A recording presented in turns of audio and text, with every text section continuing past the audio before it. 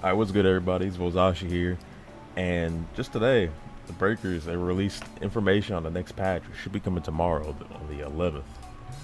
And but with that, they revealed some win rates for each side. Raider, as of launch, was at a 64% win rate.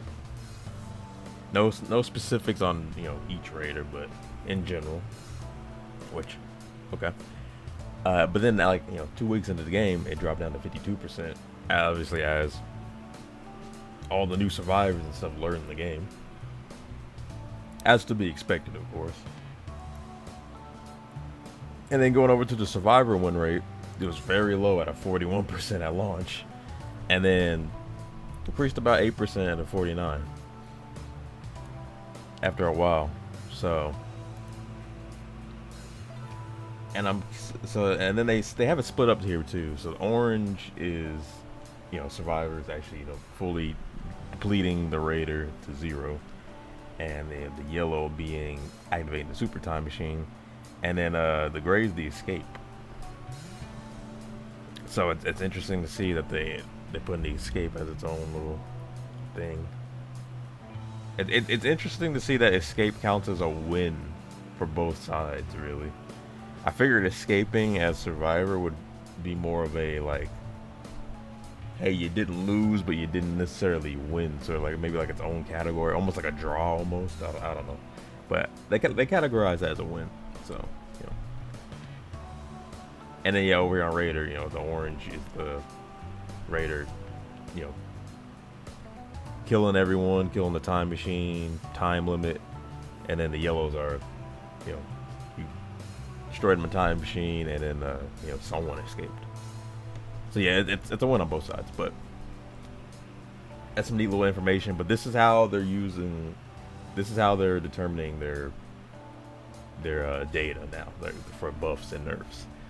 Now going into it, which you can see on their website, which is also linked in the tweet, we are now getting a balance patch. So right off the bat, and it's something on both sides here. So I already looked over it. It looks pretty good, but let's go over it here. So starting right off the bat, Cell's getting some love, which great. I've recently picked up Cell. I honestly think just depending on how big, because they don't give specific numbers or anything. It's just the basic patch note shit of like, oh, buff this, nerf that. There's no specific numbers. I wish they did specific numbers, but it's whatever. I honestly wasn't expecting to get a balance patch until season 2, to be honest. But starting off, we have Cell.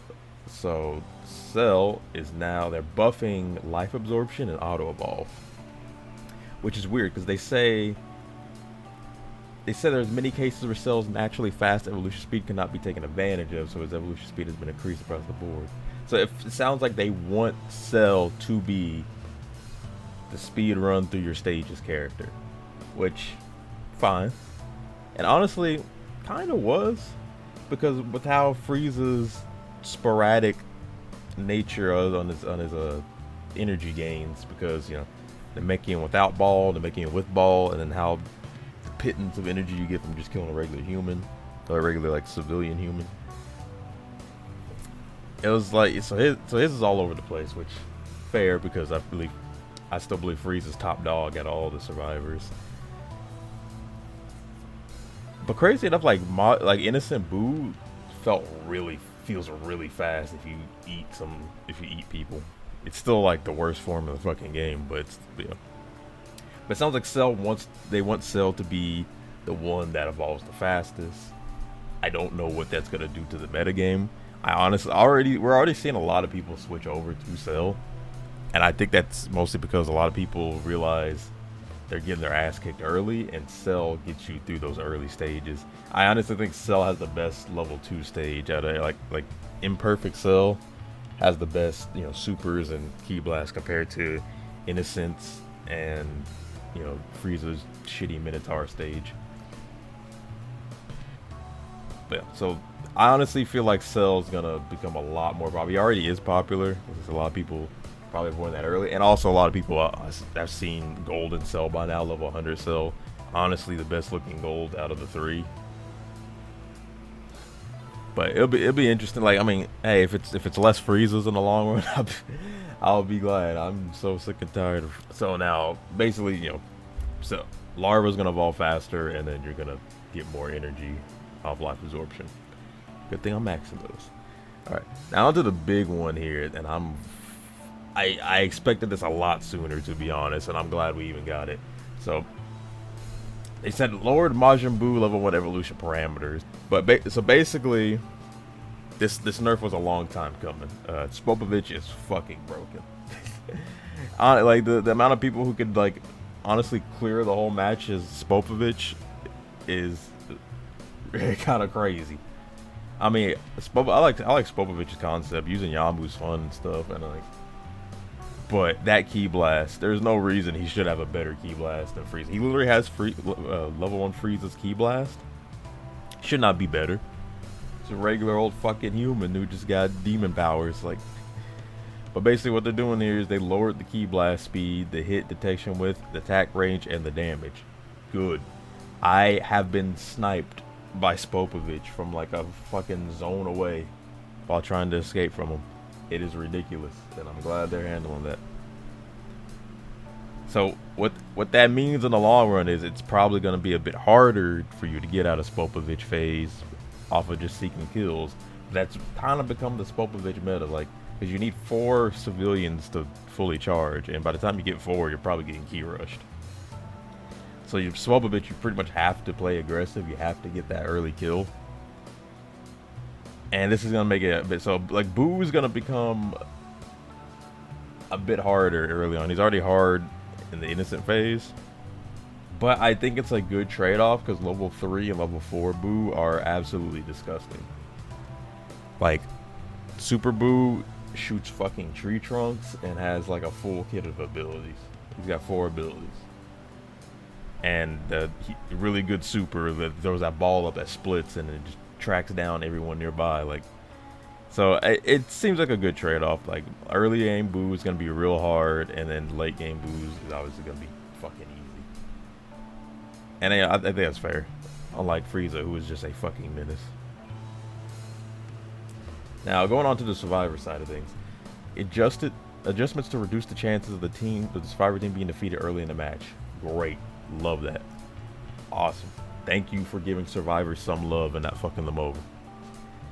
So the likelihood of survivors to remain alive at low transformation levels was found to vary dramatically depending on each player's individual ability, so the overall game balance has been adjusted accordingly.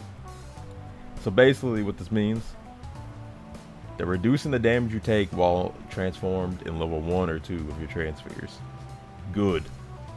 Because that last beta patch that made it so the Raider does a fuck ton of melee damage to you was absurd. Like level 1, this might incentivize fighting a bit early on as well. So basically level 1, I would never fight level 1 unless I'm joining in on my teammates ganging up on it.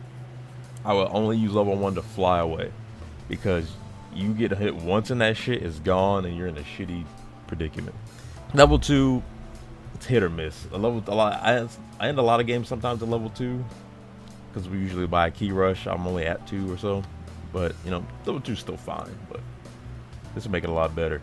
So this is gonna make dealing with that fucking super time machine fight a bit hard. I'm not gonna say a bit harder for a Raider. And then with that, we got the reduced time required for the passive barrier auto recovery. I haven't used that, so I can't speak too much on it. I've honestly thought about using it, and I kind of want to, because I will either have a game where I find like 6 billion barrier recharge items, or none at all. And I get real paranoid when I don't find any. But on top of that, there's so many other good passives to run. I really wish I had a 5th passive slot for that, but yeah, it's something. I don't know how many people actually run that though. Like I'm very interested to see how many people ever run that. If you run that, leave a comment.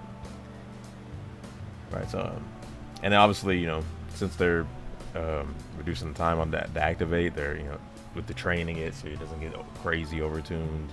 They're adjusting percentages on that in the training. Now to the big one that might make some people cry. We're getting 2 nerfs and a buff here on our skills. So they finally hit them, but they didn't take it away from us. They increased the cooldown on the scooter. Now by how long, we'll have to see. But we still keep the speed. There's no mention of reducing the speed, and there's no mention of nerfing expert driver. So we keep it, but we're gonna be using it less often. And I'd say, depending on how big the cooldown nerf is, it's a fair trade. As long as they didn't fuck it over like they did Sandpod originally, where they bumped Sandpod up to a freaking like 3-minute cool, or how long was it cool? It was like 300 something seconds. As long as it's not that high, we'll see. Now, I plus 20'd my scooter and my driver expert.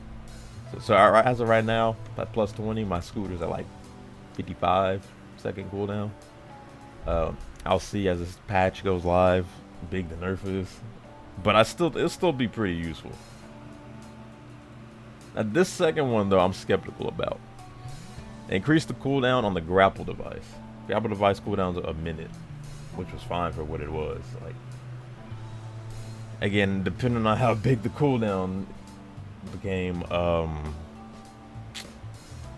it's still a good item. It still has its use, as long as it's not absurd. So I'm kind of worried about that now, because now you have to only, if it becomes too long of a cooldown, now you're only gonna use it to escape. You can't really take the risk of using it to go plant the key faster or something, right? So I think it's gonna solidify this as an escape device now, rather than a get the objective done fast, which that could be their way of partially combating key rush, but at the same time it slows the game down a bit, right? Which is not going to be fun in the long run. But again, we'll see. And whatever happens, I'll adjust. Fuck it. Now this is a big one. Reduce the cooldown time for Sandpod. Okay, when are they going to make up their fucking mind on this? So in the beta, Sandpod was really good, and part of the reason why it was really good is because they gave it to us for free. Because they wanted us to test it. But then they decided too many people were using it, so they nerfed the cooldown. And it's like, what the fuck do you want from me, dimps? What do you want from me? Do you want me to test it or not? So you had us test it, and then it was like, oh wait, y'all using this shit too much. Like, let's nerf this. Like, but now here we are. And like a fool, on launch, I used my free ticket to get that. I should have got Kaioken, because to this day I still don't have Kaioken. But back in the beta, Kaioken was bugged, so I thought it would still be bugged on launch because I didn't have trust in the devs. But boy, I should have took it. But here we are, Sandpod reduced cooldown. Let's see how much they reduced it. Maybe it's back to default values originally. I think originally it was 180-second cooldown, I say. But then after the nerf, it was like 300 or something.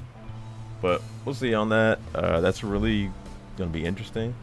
That could be just our new way to move around if it's a big enough reduction. I only have 5 points in it, so I can see if it's been a massive reduction or not. But overall, that's all the stuff. Nothing like, not a massive balance patch, but fine for where we are, right? And we didn't really need anything crazy. We just needed some small adjustments, and I think they hit a lot of interesting things. My overall thoughts on this is it's a pretty good balance patch, right? Like both sides got something. Thing that needed to be dealt with was SPOPO, and I'm glad that was dealt with. I think with this we could potentially see Survivor win rate would probably go up a bit more. Now being able to just get bodied early on like that is gonna definitely increase the win rate probably by a percentage or two. These cooldowns, on the other hand, also means though some people could probably get caught more. But I think if anything, if it's drastic, we'll see skill setups vary a bit more now. Cell's gonna be. I think Cell's gonna become top dog. They say slightly buffed, but I think it's probably gonna go Frieza as top dog, Cell in second now, and Buu at the bottom. I think a lot of Buu players are gonna struggle, but that's fine though.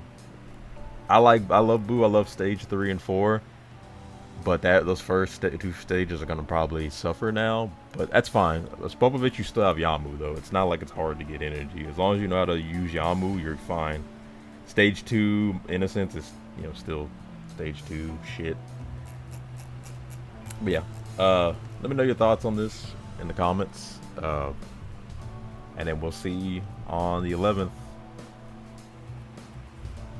Actually no, this hits tonight. Actually, this hits tonight, PST, 7 p.m. All right, we'll see tonight how this rolls out. All right, later.